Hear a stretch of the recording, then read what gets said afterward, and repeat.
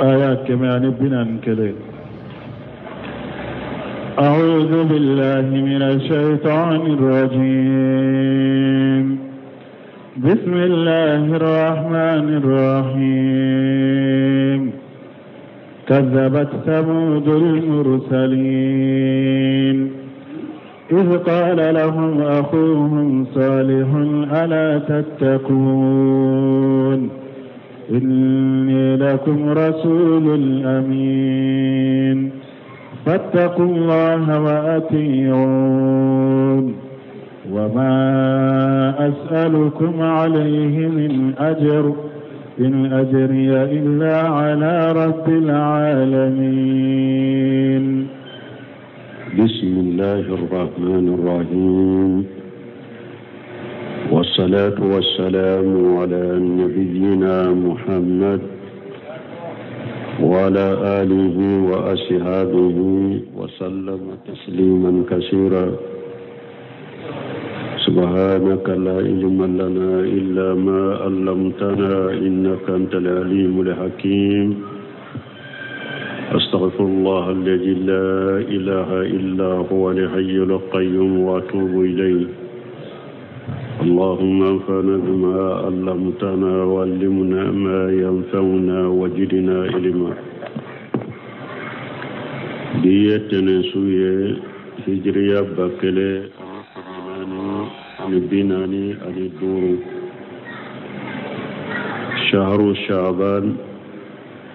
من هجرية سانكالو سجنا بسمية أمغاني سباناي ميلادي نصارى كجاتي باكولا أني مغا أني ناني سانكالو سبانا بسمية وناني ناي دابو مسجد الرجاق أمبوكونو أعوذ بالله من الشيطان الرجيم كذبت ثمود المرسلين إلى آخر الآيات وهذا إخبار من الله عز وجل أن عبده ورسوله صالح عليه السلام من كباريا ليه كبو ألفه نابان كباريا كبو أكا جوم مانا كتشيده صالح ألك كسبك أنه باسه إلى قومه ثمودا ألك عليه صالح آياتي كتا كمغوما ثمودا كم وكانوا عربا يسكنون مدينة الهجر التي بين وادي القرى وبلاد الشام سمنغانكو عربو de tundo utumbe dugumina ubafu amali hijri nabe wadi القرى وبلاد الشام أبي قلوني نيوكونشي ومساكنهم معروفة مسهورة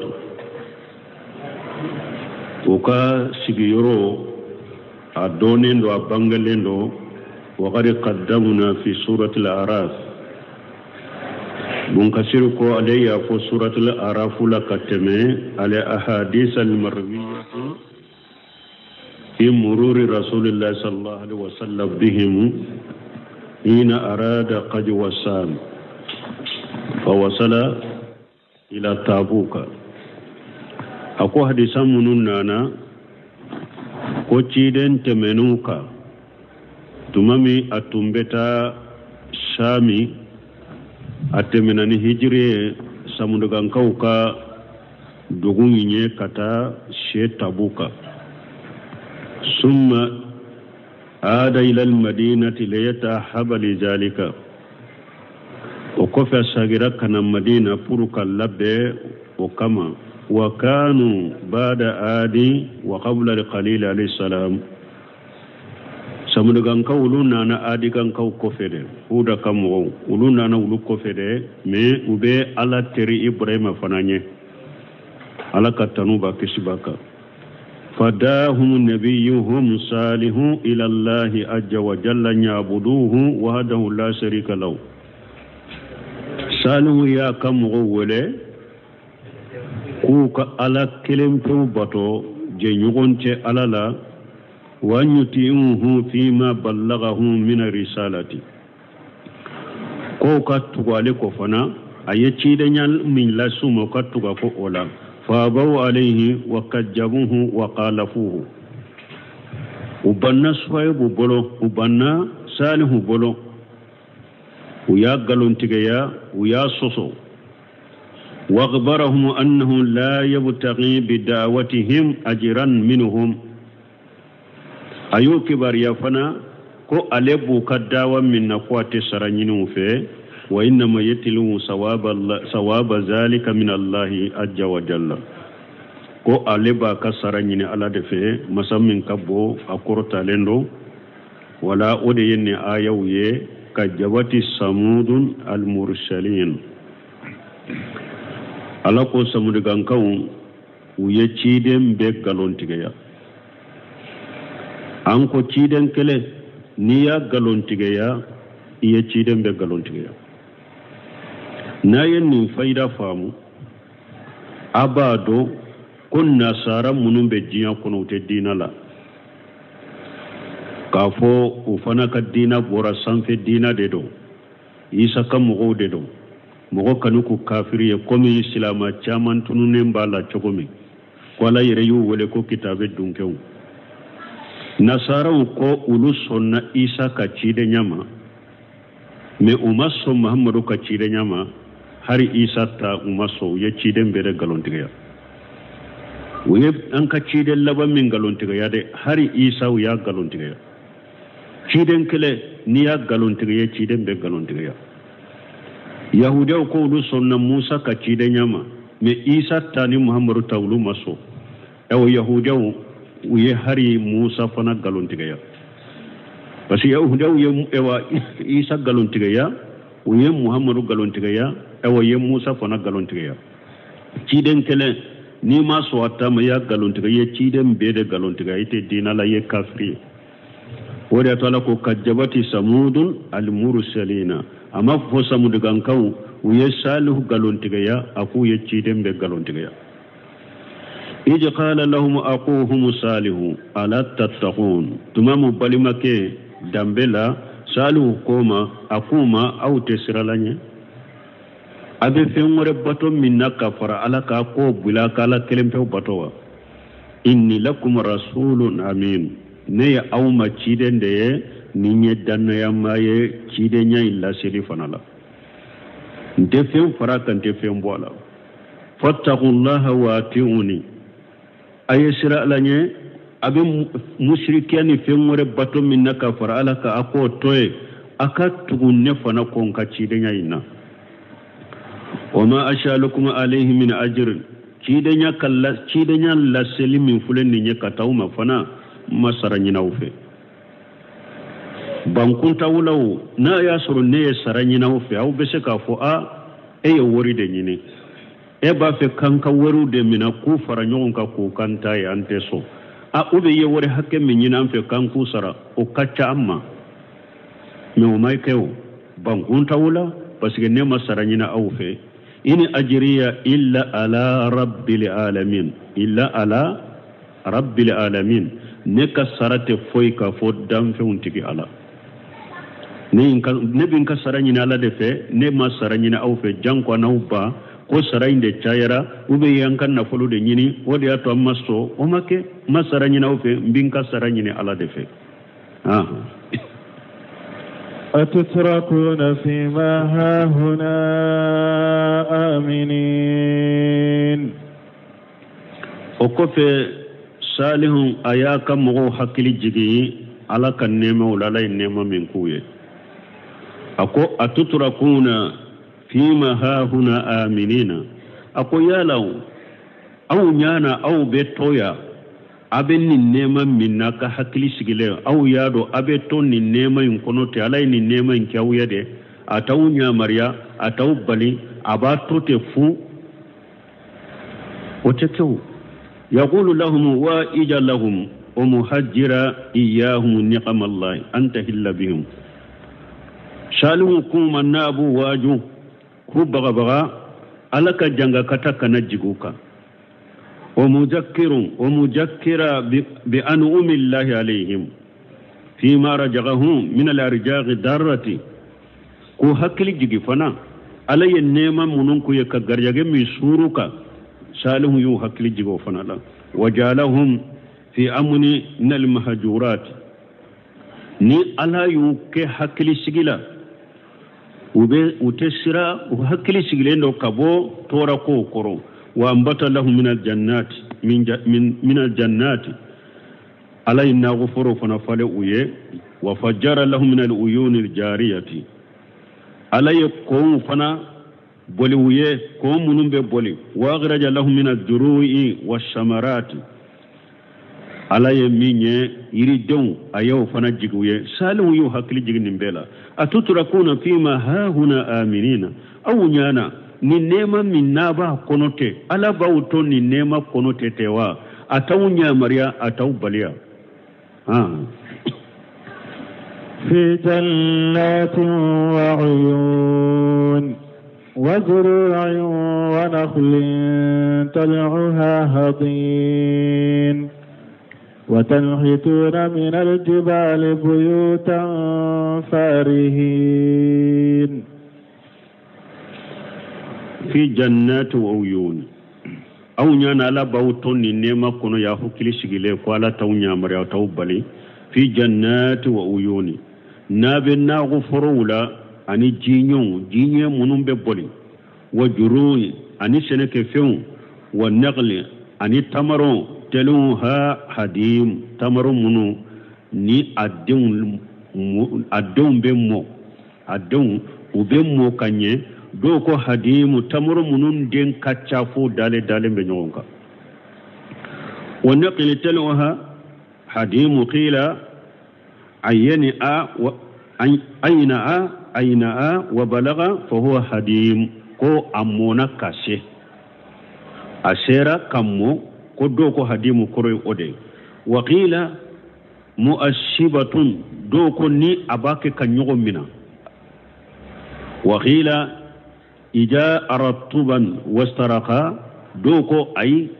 waqti minna monafo ayre be jigi kana duguma na yere fa bolo be aba bolo penke kana duguma waqila li hadim aratubun layyinu doko hadimu yemunye min kene do akamra abdurrahman sadi ba fo hadimu nadidu munun dewun dale be nyogonka be denke fo don be dada nyogonka dembe be mona yere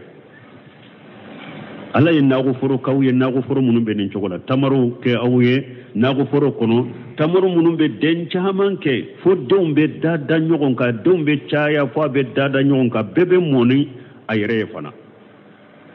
hadimu yode watanhituna min aljibal buyuta farihina abe kulum fana she ku ke sonye na ba nyedo farihina hajiqina na ba nyedo kulu samdugan kawru bena kulu na sisa ka kulu she ka ke soye ka do kono anya don de bula te komu ba akete wuta dode uba ke kanye da nyedo bula uba ke kanye fana فاتقوا الله وأطيعون فاتقوا الله وأطيعوني أيسر لني على يوم يامرني مني أكوكي أكالا كلم بوباتو أكاتو نكو نكاتشيدن يلا وتنهتون من الجبال بيوت فارهين قيل يعني حاجقين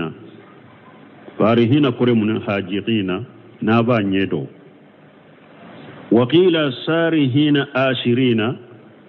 دوكو ني دانتمي بخا نابا كني دانتمي كدانتمي حكي لكاكي ولا منافعة بينهما بن كسيركو كما فلنت نيغولي فإنهم كانوا يتخذون تلك البيوت المنهوتة في الجبال أشرا وبترا وأبصا utumbe somunu kulun sheka somunu ke kulun kono utumba kede asiran danteme wa batara ani tinyanyoni wa abasa ani tilonke min khairi hajati la sukani ula suknaha kasoro umma kotunta sigi yerela ute siga kono umma kotunta la yere ko be siga kono utumba ke ni yere bonya de doro ani danteme doro ani tilonke wa kanu hajiqina mutikhinina linahtiha wa naqsiha ewa minye aseni mfana adoni tumbula utumba sheni nyedon de fana uba nyedon ka she ka nyege unkala fo uben an wa naqsiha mana fo yerebe tere unkara ka dese kwa uba she uba nyedo ka dese unkala fana anyedon bula kama huwa almusahadu min halihim liman ara manajilahum bun kasiru ko be komi ko obe kene ka chogo mi mo munu nyu ka souye obe kene de kaybo ye u ka soula wakati uba she kanyede har ube jago munun kala ka ewa dese munun kala e yere be dese uba do minye nin dese in ka ba nyedo wala tawsir fulan te nyogo nguli uba keni anyedon bula uba do kosobe awa uba keni chinyanyoni ne yere bonya fanade ate komi makoba la ko be do akono de tilonke doro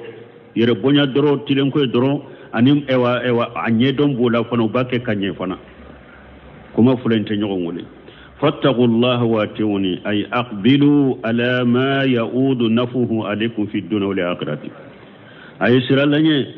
ala siralanye ne munyi ayawu nyesi femma ayesagi kata femma min nafa bauka ka jiyanya mayani akalla garala min ibadati rabbikum alladhi khalaqakum wa razaqakum o yejumay aw tigi alabato masammi nyawda masammi nyaw garjage ayesagi kato obato mako wala kelim to bato o de nafa bauka jiya anilla gara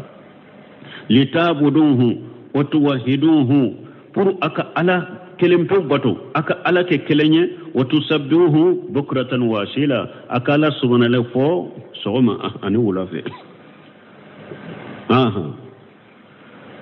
ولا تطيعوا أمر المسرفين الذين يفسدون في الأرض ولا يصلحون ولا تطيعوا أمر المسرفين كم مغو منو دانتمي مغو يه أكنا ولوكا نيامركا أكنا تغلوكا نيامركانكو dante mogo kanya marka akana tugo ko de dante mogo ye jonye allazina yufsiduna fil ardi wala yuslihuna ulude do ukabbarata foye ka cieli ke dugo kolo ka uluta nyali ute nyali kere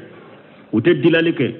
ulu kabla hala bara ulu kabara cieli de dugo kolo ko ute nyali ke o mogo sugu akana tugo ko yani urasa'uhum wa kubara'uhum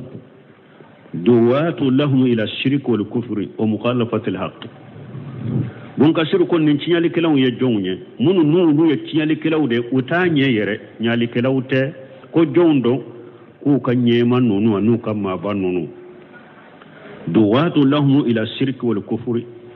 منو مباكي كو ولي كتا مشركيا ما أني كافريا ومخالفة الحق أني منو مباكي كو ولي كتا تنيا سوسوليما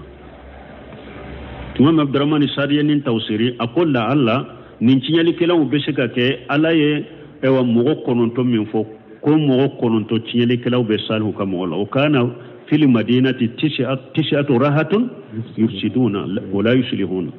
ayawrela ala ko salhu kadugu ko mogo kononto tumbe kulu ba cinya doronde wulu tanye wulu ye cinyali kelaw ye wulu tanye hari o mogo kononto de ulu de tarab de ka ko sufela lankata salihuna ka demba ya befa ni dugu jeramba fo amma bo fo ali kalama donc Abdurrahman Sadi ko la Allah ni cinyali kala mu beke mu ko non to inde قالوا إنما أنت من المسحرين يقول تعالى مخبرا عن ثمود في جوابهم لنبيهم صالح عليه السلام alaba fo masamin korota lendo kan kibariya kabo samudigan kawku ka kibariya foanye uyu kan nabi nyuma salihu jabi minna hina da'ahum ila ibadati rabbihim tumami ayu wile kata utigi ala kabatolema qalu ko innama anta min al-musahharin uko salihu dabali lende do ni baye ba ke kanin kuma sugu mun fo dabare la de yo dabali de yimina o de yibila nin kuma sugu fo lela qila ya nuna min al-mashhurina bun kasir ko la nyine munye mana mogo dabali le mogo min ni dabali ya mina wa qila min al-musahharina ya anni min al-maqluqina ko do ko min al-musahhara tawsir kana do ko dan fende undo de dan fende wa sahara huwa ira'atun ko saharu yemunye mana hada maden yeli ube hakili dogoya ko do ko sahara ye ode wali ajharu fi haja annahum yaquluna inma anta fi qawlika hajan masuhuru la aqila laka me bunkasir ko tawsir munun nana ni ayala min al musahharina akum min bangelendo la nyine munye mana salihu fule ka kuma min fo idabali lende do hakilitila dabali ka hakili de cinya dabali de mina ke ka hakili cinya o dia to benum kuma fo abdurrahman sarifana ya tafsir nindela idabali lende do dabali de yimina kika hakili cinya o de yibila nin kuma foli la salihu ma anta illa basharun mithluna fa'tu bi ayatin in kunta min as-sadiqin o kofe o ko ama ma anta illa basharun mithluna ete foye fo hadama de comme an yugo yani فكيف أوهي إليك دوننا تقول ألا بوهوتي إما كيكي تشيدني كان أو مكان توتوي وبسكا كي تقول ألا كوهوتي إكلم أون تشيلا هذا مدين دكما نيغو ألا كوهوتي إما كأتشي أوما كأون تو وهو مجيغا أنك كما قالوا في الآية الأخرى كم يافو آية ورلا تقومي أقول هي ذكر عليه من بيننا بل هو كجاب أشر ko ala ya lekkelen de suganti awun cela ka ewa wahu jigaleka ka kusuma jigaleka kaunto bal huwa kajabun ashiru o make o te cinya ya bake kam minfo ni nye galon tigala de ni adante meleno galona fana sayalamuna qada man al kajabul ashiru o alako sini ubena do uluni salihu ni mugo min ye galon tigelaye ni dante me bagado galonna na ka galon dante melendo ni salihu de do ube ni ulu de do sini gono do summa innahum iqtarahu ma anta illa basaru misluna fa ati bi ayati in kunta min as-sadiqin ete foye ni hadama de kuma nyogona ala be suganti a cogodi awun cela kay ke cidenye kawunto o be saka ke cogodi nana ni tama seke summa innahum igtarahu alayhi ayata yatihum biha o ko fe ya nyini salihu pe ko akana ni tama se doye liya'lamu shirqahu bima ja'ahum bihi min rabbihim pour uka ka cinya tigi yado ani min nana uluma kabo atigi alafe akana ni tamanse doye tamanse memba akacinya tigi ya yira ulula fatalabu minhu wa qad istama mala'uhum an yukhrija lahum al'ana min hadhihi shagratin naqatan usra donc ukanyemo farala nyogonka ko salihu ayasoro ewa kuludo dalendo ko salihu ka okului ko akan nyame bo okulin kono nyame minye nyame kono mai asura ye munye nyame min kono be kalotana aye kono ta kono be kalotanyo gonala donc ko akan nyame kono ma ka kuludo irala ko akan nyame kono ma bo okulin kono wasaru ila shagarati indahum ويكوريا كتا كلو دوما وكرفه من صفاتها كجا وكجا كلوي أمان كتو كوفو كنيامي فنا من كتو فو نيامي دو كابونين كلوي كنو نيامي من بيت فإن ذلك أغجى عليهم النبي الله صالح الأهود والمواثيق وكفى لك النبي مسالو يلاهدو أن الله جلهم من أوبلو لين أجابهم إلى ما سالوا لا يؤمنن به ويو الله جلهم تسالوه كن سالوه يقولوا يمين ينسالوه في الناس ونوم قولوا بدالا ولا يتبعونه فاتوه ذلك سالوه يالله جلهم تأوبلو كالله ننجريا أفلك من ينفع ni nyaw jabi katama na akera abe danna de abe tugun ko de fa tawhu jalika wa yullahi risalhum fa qama an-nabiyyu salihun alayhi salam fa salla summa da Allah jalla alaka an-nabiyyu masalihu lila asallira o kofe aye ala wale an yujibahum ila suwalihim ko ala ko ka uyemmin deli uyemmin ni ko ala ko jabi ala ko ke فأفترت تلك الشجرة التي أصاروا إليها الناقة أسراء ويقول كتا فرمنا فرين أفرلك بنيغنا نعم كنما بورا أكونو على صفة التي وصفوها وينعم منكتو منفو نعم بوراني أو منكتو فآمن بعضهم وكفر أكثرهم udawli man yara uchaman kafir yara bo nyame bo chogo min fulani nye abdurrahman sadi ben nim perepere latiga yoro werewula ka fon nonu nya israiliyatu de kon nonu nya israiliyatu de ka fon nyame mbora farade kono ube akono madodo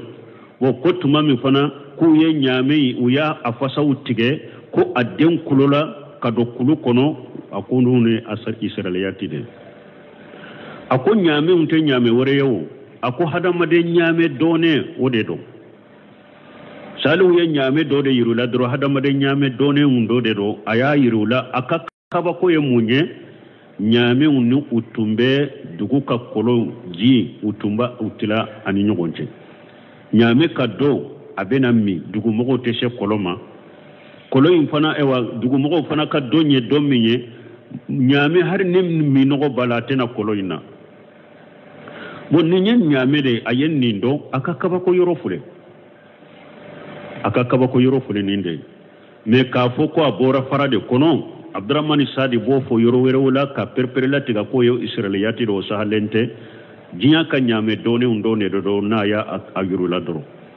me ni aya tawsirila na yen ni aya tawsir yoro mi aba fo o yoro la kon bun kasir ya fo chogo min ku ye farado yira ko nyame ka bo kono ko nyame bora fara kono ako ambe ninfo komi anyame tawsir kala chamana chogomi fentanka wala amba fo komi anyame tawsir kala chamana chogomi fentanka wala aba fo ni yorola me yoro were da aba fo ko israiliyati do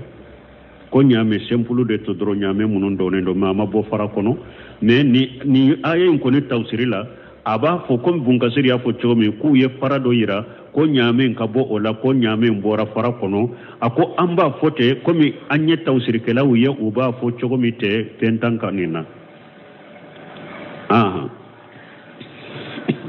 قال هذه ناقة لها شرب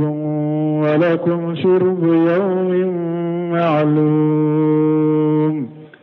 قال صالحكم هذه الناقة أو أقول نيامي